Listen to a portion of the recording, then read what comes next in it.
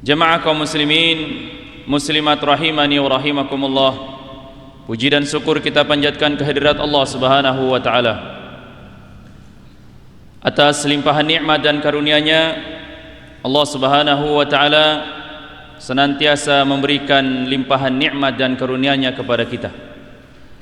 Terutama Allah Subhanahu wa taala memberikan nikmat yang begitu besar, yang begitu berharga, yaitu nikmat iman dan Islam.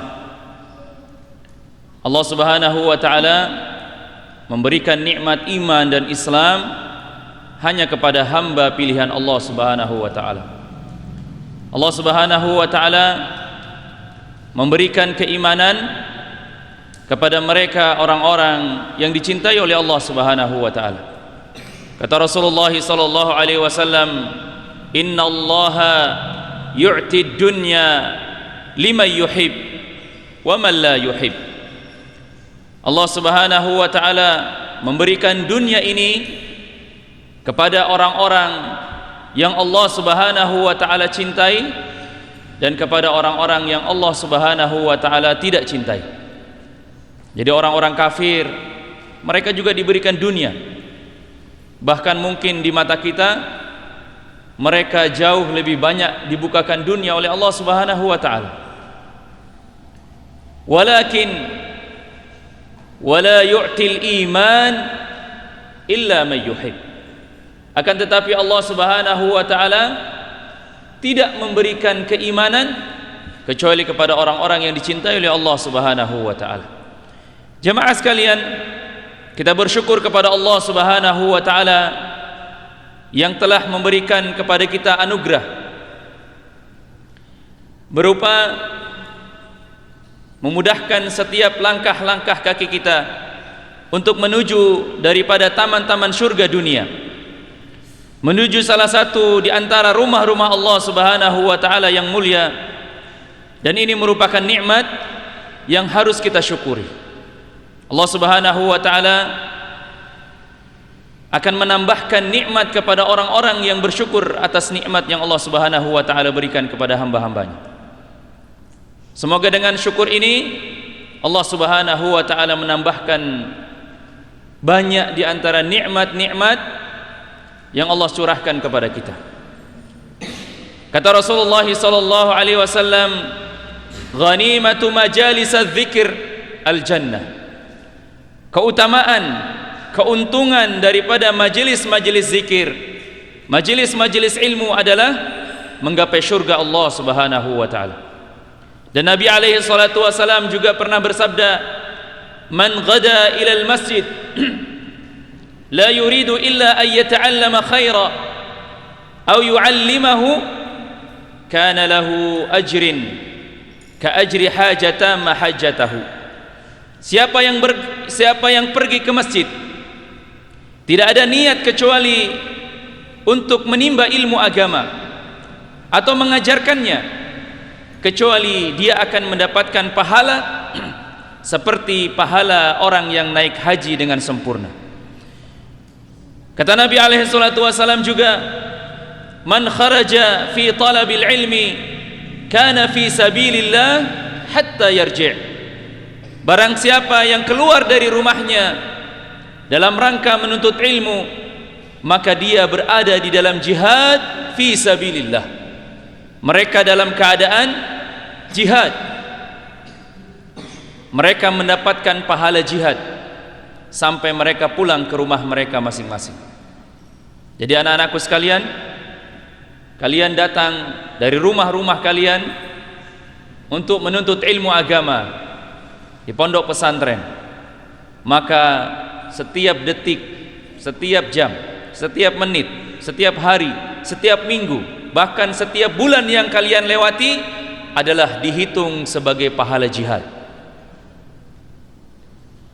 Dan pahala jihad itu bukan pahala yang biasa, bukan pahala yang ringan, bukan pahala yang sedikit, tapi pahala jihad adalah di antara pahala dan keutamaan yang paling besar.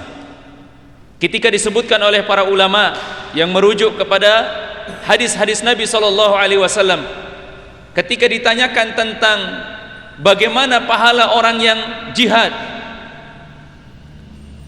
disebutkan di dalam hadis Nabi sallallahu alaihi wasallam, atau kama qala Rasulullah sallallahu alaihi wasallam.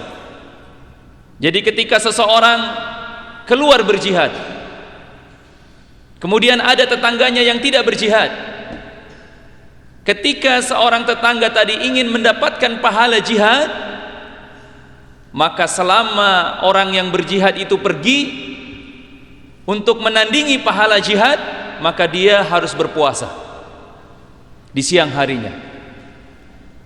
Kemudian dia harus mengisi malam-malamnya dengan qiyamul lail. Ya. Maka ketika orang yang pulang dari jihad itu sampai ke kampungnya, begitu juga yang dia lakukan selama orang berjihad, puasa di siang harinya, ya, dan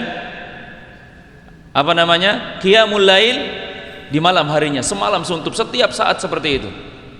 Ya, maka mungkin tidak ada yang bisa mampu seperti itu. Ya, dari mulai terbenamnya matahari, ya, kemudian dia sholat malam, sholat maghrib, sholat isya, sholat malam sampai subuh. Setiap hari dia seperti itu. Kalau ingin memiliki tandingan pahala orang yang berjihad. Kalau misalnya orang yang berjihad 1 minggu, berarti dia harus 1 minggu melakukan hal seperti itu. Kalau orang yang berjihad melakukannya 1 bulan, maka dia harus melakukan perkara itu 1 bulan, kalau dia mampu. Itulah besarnya pahala jihad, jamaah sekalian. Itu diantara pahala yang disebutkan sebahagiannya, belum sebahagian yang lainnya.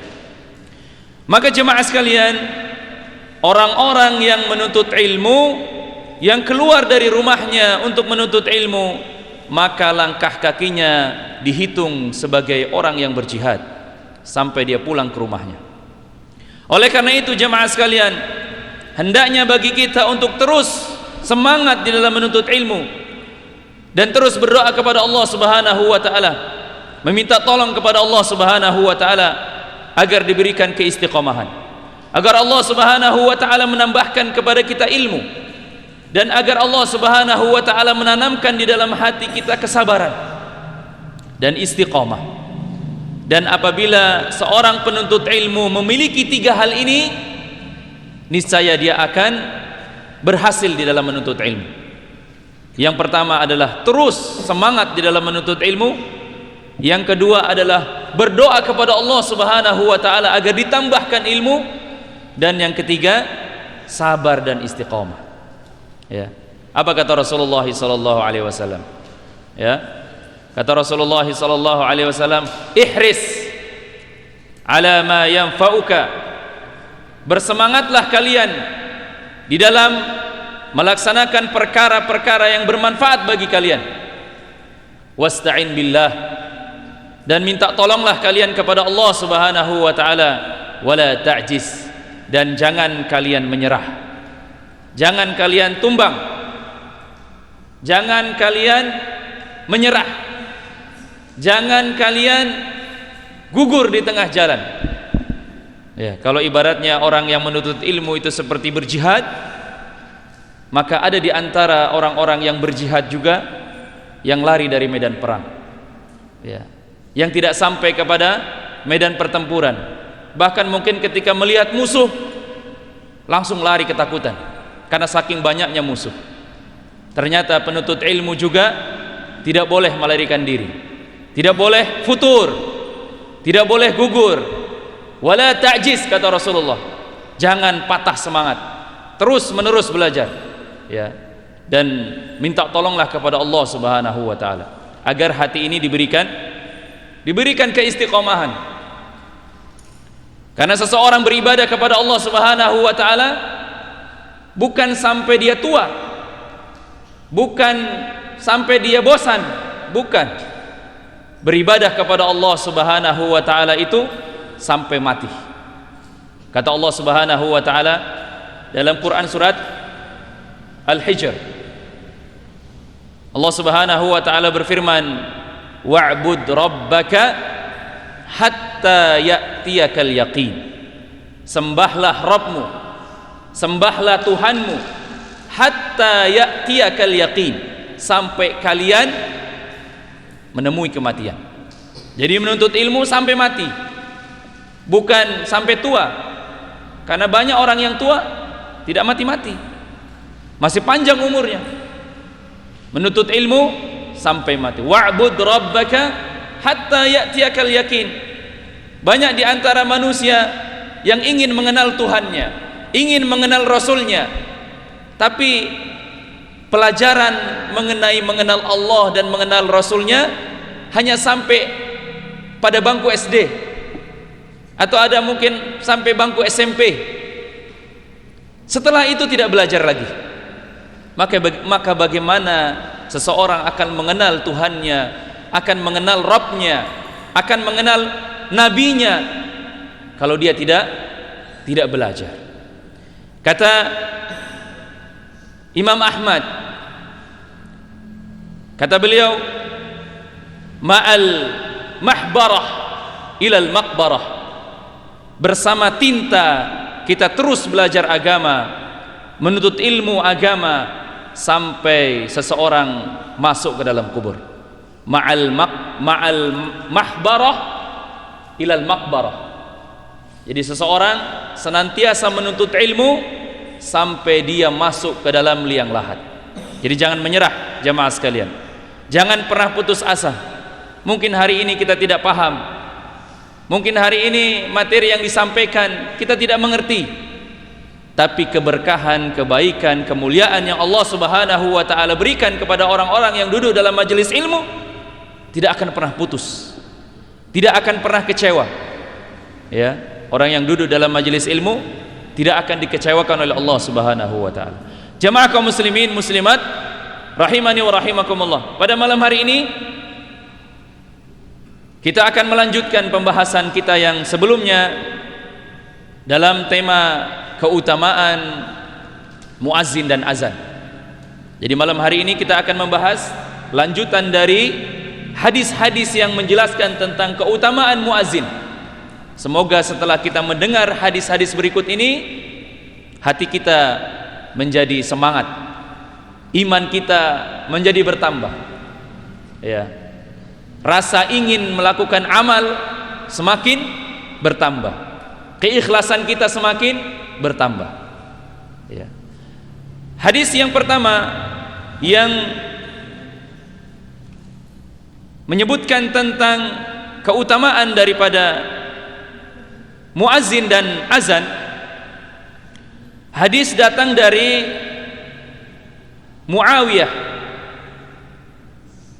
an Muawiyah ibni Abi Sufyan, dari Muawiyah ibn Abi Sufyan. Jadi hadis ini menjelaskan tentang keutamaan muazzin, di mana seorang muazzin itu diberikan keutamaan yang khusus nanti pada hari kiamat, diberikan kemudahan. Kalau dalam lafaz hadisnya di sini disebutkan bahwa seorang muazzin itu akan lebih panjang lehernya dan lebih mudah untuk melihat wajah Allah Subhanahu wa ta'ala nanti pada hari kiamat. Dan ini jaminan dari Rasulullah sallallahu alaihi wasallam, ya. Hadis datang dari Muawiyah bin Abi Sufyan radhiyallahu anhu. Kata Abu Sufyan, qala sami'tu Rasulullah sallallahu alaihi wasallam, saya mendengar Rasulullah sallallahu alaihi wasallam berkata, al-mu'adzinu atwalun nasi a'naqan yaumal qiyamah. Kata Rasulullah sallallahu alaihi wasallam, para muazzin, orang-orang yang mengumandangkan azan, adalah orang yang paling panjang lehernya pada hari kiamat. Ya. Menurut para ulama, maksud daripada hadis ini, maksud daripada panjang lehernya adalah orang-orang yang diberikan keutamaan khusus, diberikan banyak pahala oleh Allah Subhanahu wa ta'ala, paling banyak mendapatkan ampunan Allah Subhanahu wa ta'ala, banyak mendapatkan kemuliaan dan kemudahan dari Allah Subhanahu wa ta'ala, ya, sebagaimana yang disebutkan oleh Imam An-Nawawi bahwa maksud dari lehernya yang panjang itu adalah mendapatkan banyak kemudahan dari Allah Subhanahu wa taala. Ini dia. Dan paling bagus amal perbuatannya dan orang yang paling dekat dengan Allah Subhanahu wa taala. Masya Allah, ya. Ini maksud daripada apa yang disampaikan oleh Rasulullah SAW, bahwa seorang muazin pada hari kiamat adalah di antara orang-orang yang terdekat dengan Allah Subhanahu wa taala. Dimudahkan, mudah untuk dikenal. Ya, itulah keistimewaan muazin. Dan karena ciri khusus ini, muazin sangat mudah untuk dikenal. Mereka adalah para pemimpin-pemimpin kaumnya pada hari kiamat. Dan sebuah karunia ketika seseorang dijadikan oleh Allah Subhanahu wa taala sebagai seorang pemimpin. Ketika Allah Subhanahu wa taala mengumpulkan berjuta-juta manusia di padang mahsyar dan menunggu untuk dihisab oleh Allah Subhanahu wa taala, maka para muazin itu mudah dikenali oleh Allah Subhanahu wa taala sehingga dia mendapatkan kemudahan dari Allah Subhanahu wa taala. Ya. Berapa lama seseorang menunggu dihisab, jamaah sekalian? Ketika Allah Subhanahu wa taala menghancurkan, meluluh lantahkan dunia ini, kemudian dibangkitkan manusia setelah itu, kemudian digiring mereka berkumpul di padang mahsyar, di mana matahari pada saat itu didekatkan kepada manusia. Ada yang keringatnya sampai di mata kakinya, ada yang sampai tenggelam dengan keringatnya. Maka manusia pada saat itu diberikan catatan amalnya. Kemudian di antara manusia yang berjuta-juta itu menunggu untuk dihisab, antri, bukan berdasarkan abjad nama huruf dalam panggilan manusia, ya, bukan yang namanya pertamanya dalam abjad A, kemudian dia yang duluan dipanggil, belum tentu, jamaah sekalian. Ya. Dan di antara manusia memiliki waktu menunggu yang berbeda-beda dan memiliki waktu hisab yang berbeda-beda. Ya. Di dalam Al-Quran Allah Subhanahu wa ta'ala menyebutkan bahwa orang menunggu untuk bertemu dengan Allah Subhanahu wa ta'ala adalah 50.000 tahun dunia. Bukan satu hari, bukan satu minggu, bukan satu bulan, tapi 50.000 tahun dunia. Bagaimana lamanya itu, jamaah? Ketika kita menunggu antrian untuk naik ke atas pesawat, itu kalau kita yang paling terakhir, kita cukup tersiksa, padahal cuma menunggu berapa menit. Tapi ketika nanti Allah Subhanahu wa ta'ala mengumpulkan manusia di padang mahsyar, maka mereka akan menunggu selama 50.000 tahun. Kata Allah Subhanahu wa ta'ala dalam Quran surat Al-Ma'arij, Allah mengatakan, sa'ala sa'ilum bi'adzabi waqi' lil kafirina laysa lahu dafi' minallahi dzil ma'arij. Ya. Di dalam ayat yang selanjutnya Allah mengatakan, fi yaumin kana miqdaruhu khamsina alfasana. Dan dalam sehari yang kadarnya 50.000 tahun. Jadi jemaah sekalian, ketika seseorang berdiri untuk menunggu dan berkumpul untuk diadili oleh Allah Subhanahu wa ta'ala, mereka harus menunggu selama 50.000 tahun. Dan di sana ada orang-orang yang khusus yang dipanggil oleh Allah Subhanahu wa ta'ala menjadi orang terdekatnya. Siapa mereka? Mereka adalah para muazzin. Mereka adalah orang yang memanggil waktu di dunia untuk melaksanakan sholat, menggunakan lisannya untuk memanggil orang-orang untuk datang ke masjid. Mereka adalah seorang muazzin. Karena tadi seorang muazin akan dipanjangkan lehernya oleh Allah Subhanahu wa taala sehingga mereka mudah untuk dikenal. Ya, mereka mudah untuk dikenal. Jemaah sekalian, ini merupakan keutamaan yang sangat besar, keutamaan yang sangat agung, dan bagi kita hendaknya termotivasi untuk melakukan amalan-amalan seperti ini. Karena pada saat itu seseorang tidak akan mampu untuk menolong orang lain. Kita mungkin berpikir, ada orang tua saya yang soleh misalnya, belum tentu orang tua kita bisa menolong kita pada hari itu. Tapi pada hari itu ada di antara orang-orang yang ditolong oleh Allah Subhanahu wa taala, yaitu mereka para muazin. Itu keutamaan yang pertama jamaah sekalian. Para muazin dipanjangkan lehernya oleh Allah Subhanahu wa taala pada hari kiamat, sehingga mereka di antara orang-orang yang mendapatkan banyak pahala, banyak keutamaan, banyak pertolongan, banyak ampunan Allah Subhanahu wa taala, dan menjadi orang-orang terdekat Allah Subhanahu wa taala. Kemudian yang kedua, azan dijadikan oleh Allah Subhanahu wa taala sebagai pengusir setan. Di dalam hadis yang selanjutnya dari Abu Hurairah radhiyallahu anhu, bahwa Rasulullah sallallahu alaihi wasallam bersabda, "Idza nudiya lis-shalah adbara asy-syaitanu lahu duratun hatta la yasma' ta'dzinan." Dari Abu Hurairah radhiyallahu anhu, bahwa Rasulullah sallallahu alaihi wasallam bersabda, apabila azan dikumandangkan untuk sholat, maka setan akan lari sambil terkentut-kentut, ya, sampai dia tidak mendengar suara azan. Maksudnya dia pergi jauh sekali, ya, dia pergi jauh sekali. Disebutkan dalam riwayat yang lain, ya, inna syaitana idza sami'a an-nida bi shalah dhahaba hatta yakuna makana rauha. Sesungguhnya setan akan pergi melirikan diri sampai di daerah Rauha, ya.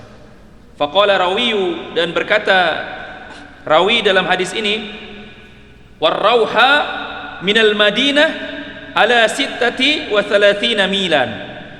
Jadi Rauha suatu tempat, ya, yang jaraknya dari kota Madinah sampai Rauha itu jaraknya adalah 6 mil, ya, 36 mil, ya, jauh jaraknya jauh.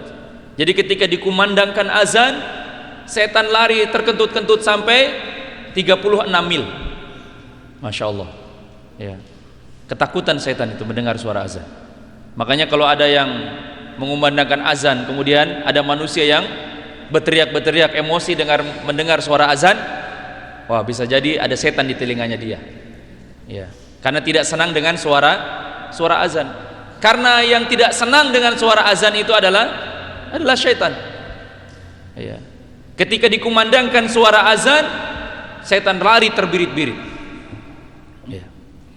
Kemudian kata Rasulullah, fa idza qudiya ta'dzinu aqbala hatta idza tuya bis shalah. Hingga ketika azan itu selesai, ya. Jadi ketika muazin selesai azan, setan itu datang kembali mengganggu manusia, ya. Hatta idza, ya, sampai ketika seorang muazin mengumandangkan iqamah, kemudian dia adbara, kemudian dia lari lagi.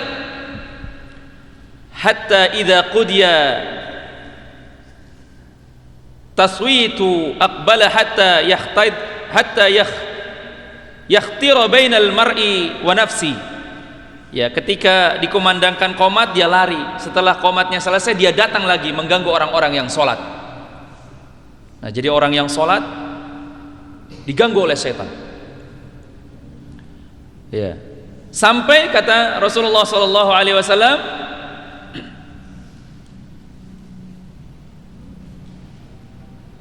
dia mengganggu manusia yang sedang sholat dan dia membisikkan kepada dada-dada manusia, ya, udhkuru kadza wadhkuru kadza, ingatlah ini, ingatlah itu, ingatlah ini, ingatlah itu, ya.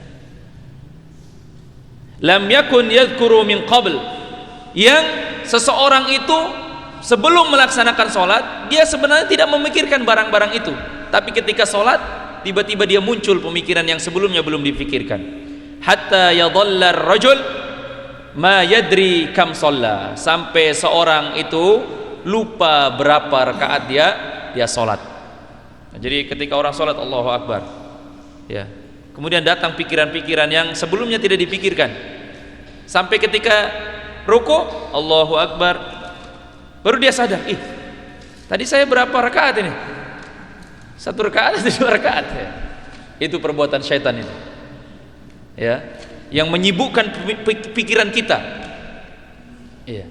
Makanya kalau ada orang yang sholat, ya, atau ketika seseorang sedang melaksanakan sholat, jangan diganggu dengan kebisingan-kebisingan, dengan keributan-keributan, dengan suara-suara yang keras, karena orang yang sedang sholat itu sudah menanggung beban yang sangat berat, ya, menanggung beban yang berat. Kalau ada anak-anak yang ribut lari-lari, ya, orang yang sholat bukan mikir yang lain-lain, mikir anak-anak yang lagi lari-lari di masjid, ya, jadi bingung, tadi saya sholat berapa rakaat ini, ya.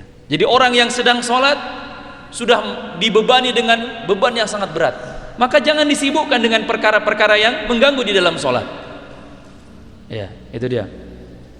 Jadi jamaah sekalian, kata Imam Nawawi rahimahullah ta'ala di dalam Sarah Riyadhus Shalihin, kalimat setan lari hingga mengeluarkan kentut di dalam hadis ini merupakan kata kiasan, kata beliau, kata Imam Nawawi, ya. Kiasan tersebut merujuk pada setan yang lari begitu cepat. Jadi ketika dia mendengar suara azan Allahu Akbar, Allahu Akbar, langsung lari, cepat dia larinya, ya. Kenapa dia lari cepat? Karena dia merasa kesakitan, dia merasa jengkel, dia marah karena syiar Allah Subhanahu wa ta'ala tersebar di muka bumi. Jadi ketika syiar-syiar agama ini tersebar, setan tidak suka, jemaah sekalian. Makanya orang yang paling berat ujiannya, orang yang paling berat gangguannya terhadap syaitan adalah orang yang paling banyak menyebarkan syiar-syiar agama Islam, dan diantaranya adalah seorang muazzin yang sedang kita bahas, ya. Banyak orang yang mensyiarkan agama, termasuk orang-orang para penuntut ilmu adalah diantara orang-orang yang mensyiarkan agama ini. Maka diantara orang yang paling berat cobaannya dari gangguan setan adalah mereka yang menyebarluaskan syiar agama Islam. Dan dalam pembahasan kita pada malam hari ini, orang yang paling berat adalah seorang muazzin, ya. Dia diganggu oleh setan, jamaah sekalian, ya, diganggu. Setan membisik-bisiki, merayu dia, ya, membuat dia sibuk, menggoda dia dengan perkara-perkara dunia dan lain sebagainya, ya. Sehingga seorang muazzin diganggu keikhlasannya, diganggu jadwal azannya, diganggu keikhlasannya, apalagi banyak diganggu dibanding dengan orang yang hanya sekedar datang untuk memenuhi panggilan azan. Jadi seorang muazzin itu sangat berat, jamaah sekalian, ya. Dia harus datang sebelum orang datang ke masjid, ya. Dia harus melakukan hal-hal yang tidak dilakukan oleh jamaah sholat lainnya. Itu berat, jamaah sekalian. Harus datang di waktu pagi, di waktu subuh, di waktu gelap gulita, ya. Berat, jamaah sekalian. Kalau bukan orang-orang yang dijaga oleh Allah Subhanahu wa ta'ala, niscaya mereka bukan termasuk orang-orang pilihan Allah, ya, bukan termasuk orang-orang yang dipilih oleh Allah Subhanahu wa ta'ala. Jadi syaitan tidak senang dengan orang-orang yang mensyiarkan agama Islam, menyebarluaskan, ya. Jadi seorang muazzin hendaklah berhati-hati, hendaklah senantiasa memperkuat keimanannya, hendaklah memperbaiki daripada niatnya, Jangan terganggu, tergoda dengan rayuan-rayuan syaitan. Karena pahala yang dijanjikan oleh Allah Subhanahu wa taala jauh lebih besar daripada bisikan-bisikan yang dibisikkan oleh syaitan. Ya. Dan dalam hadis ini juga jemaah sekalian dijelaskan bahwa syaitan mengganggu orang-orang yang sedang salat. Dan kita tahu bersama bahwa salat merupakan di antara syiar Islam yang paling besar. Makanya dia selalu mengganggu. Ya. Diganggu supaya dia tidak tepat waktu ketika salat. Tidak ikut takbiratul ihram bersama imam. Diganggu dari rumah supaya dia tidak bersegera datang ke masjid. Ada saja kesibukannya sehingga dia terlambat dari sholat berjamaah. Jadi setan itu pintar jamaah sekalian, ya, bukan satu kaligus dia menghalangi orang untuk tidak sholat, bukan. Tapi setan itu mengganggu dari perkara-perkara yang kecil, membuat hati kita meremehkan dari amalan-amalan sunnah. Ya, sudahlah, habis sholat tidak usah sholat sunnah lagi, masih banyak kesibukan di rumah. Itu bisik-bisik setan kayak begitu. Besok masih ada lagi. Ya. Tapi jemaah sekalian, manusia itu ketika waktu yang sudah dilewati tadi sudah berlalu, dia tidak akan bisa kembali di masa lalu.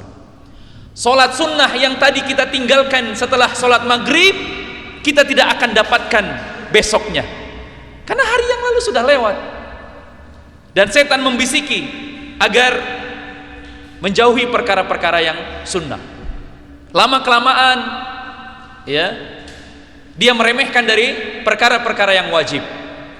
Ya, sudahlah, nggak apa-apa, nggak sholat, nggak ikut takbiratul bersama imam, nggak apa-apa. Yang penting kan sholat berjamaah. Gitu setan itu. Ya, lama-lama, ngapain di sholat di masjid? Kan di rumah juga bisa. Itu dia bisikan-bisikan setan. Lama-lama, tetanggamu sana, ya, tidak sholat tapi rezekinya banyak, kamu yang sholat tiap hari rezekimu gitu-gitu aja. Itu setan seperti itu, sampai akhirnya dia tersesat. Ya, jadi setan itu tidak langsung melarang orang untuk tidak sholat, mengganggu orang supaya tidak sholat, tidak, tapi dia ganggu pelan-pelan sampai dia tersesat di jalan Allah Subhanahu wa taala. Maka pentingnya seseorang saling menasehati. Pentingnya seseorang saling mengingatkan. Dengan datangnya orang sholat, memenuhi panggilan azan, bertemu dengan saudara-saudaranya, saling mengingatkan, ya, maka di sana akan muncul daripada syiar-syiar Islam. Dan ini perkara yang tidak disenangi oleh syaitan. Ketika kaum muslimin bersatu, ketika kaum muslimin menyambung hubungan silaturahim. Jadi setan itu paling senang jamaah sekalian ketika manusia itu berpecah belah. Ya, itu. Karena ketika sudah berpecah belah, gampang untuk dihancurkan. Ya, gampang untuk dihancurkan. Kemudian jamaah sekalian, keutamaan yang berikutnya, sebagaimana hadis yang pernah kita bahas pada pekan yang lalu, bahwa tidak ada satupun yang mendengarkan suara azan, baik daripada bangsa jin, manusia, dan tumbuh-tumbuhan yang kering maupun yang basah, maka mereka akan bersaksi di hadapan Allah kelak pada hari kiamat, dan mereka akan memohonkan ampun kepada Allah Subhanahu wa taala kepada seorang muazzin. Ya. Hadis datang dari Abu Sa'id Al-Khudri radhiyallahu anhu. Kata beliau,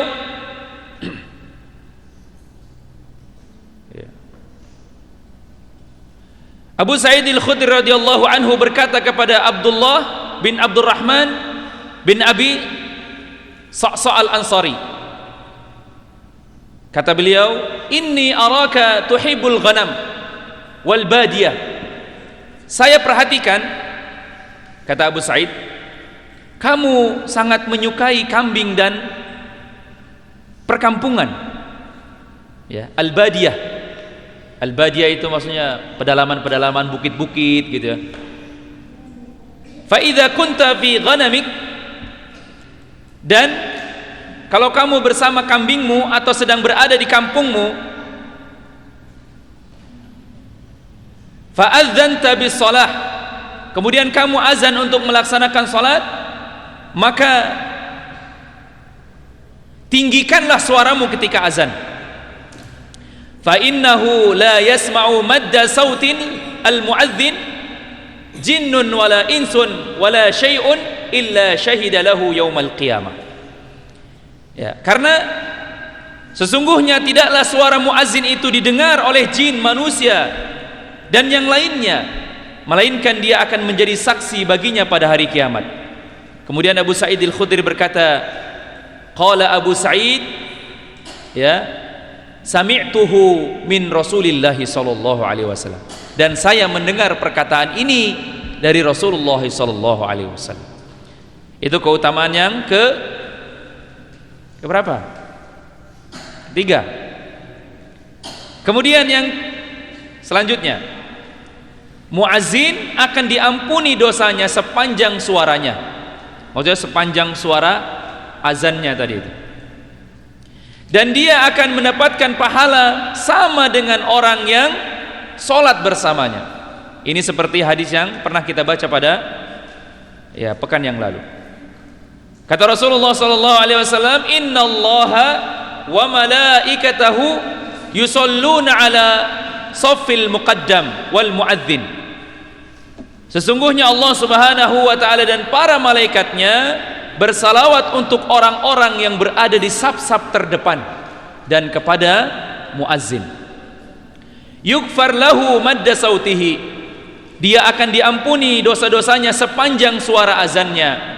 Wa yusaddiquhu man sami'ahu min radbin wa yabisin, dan akan bersaksi pada hari kiamat kepada Allah Subhanahu wa taala benda yang kering maupun yang basah yang dilewati oleh suara azannya, dan dia akan mendapatkan pahala seperti orang yang sholat bersamanya. Kemudian yang terakhir, seorang muazzin mendapatkan doa dari Rasulullah sallallahu alaihi wasallam. Hadis dari Abu Hurairah radhiyallahu anhu, dia berkata, Rasulullah sallallahu alaihi wasallam bersabda,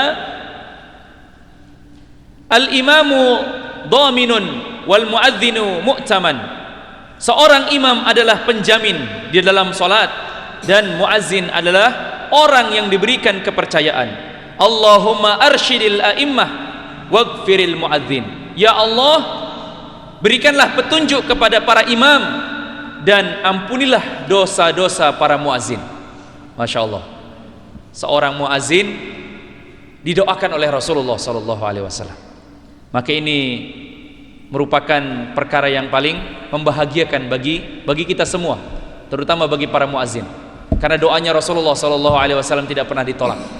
Apa kata Rasulullah? Allahumma gfir lil muazzin. Ya Allah, ampunilah para muazzin. Ya, kalau Rasulullah sallallahu alaihi wasallam sudah berdoa seperti ini, kira-kira Allah Subhanahu wa taala mengampuni dosa kita atau tidak? Ya, pasti diampuni. Ya. Jadi jamaah sekalian, itu diantara keutamaan para muazzin yang dapat saya sampaikan pada malam hari ini, dan semoga Allah Subhanahu wa taala memberikan kemudahan kepada kita dan anak keturunan kita agar mereka dijadikan oleh Allah Subhanahu wa taala orang-orang pilihannya. Kita tutup pertemuan kita dengan membaca doa kafaratul majlis. Subhanakallahumma wa bihamdik, asyhadu an la ilaha illa anta, astaghfiruka wa atubu ilaik. Wa akhiru da'wana alhamdulillahi rabbil alamin. Assalamualaikum warahmatullahi wabarakatuh.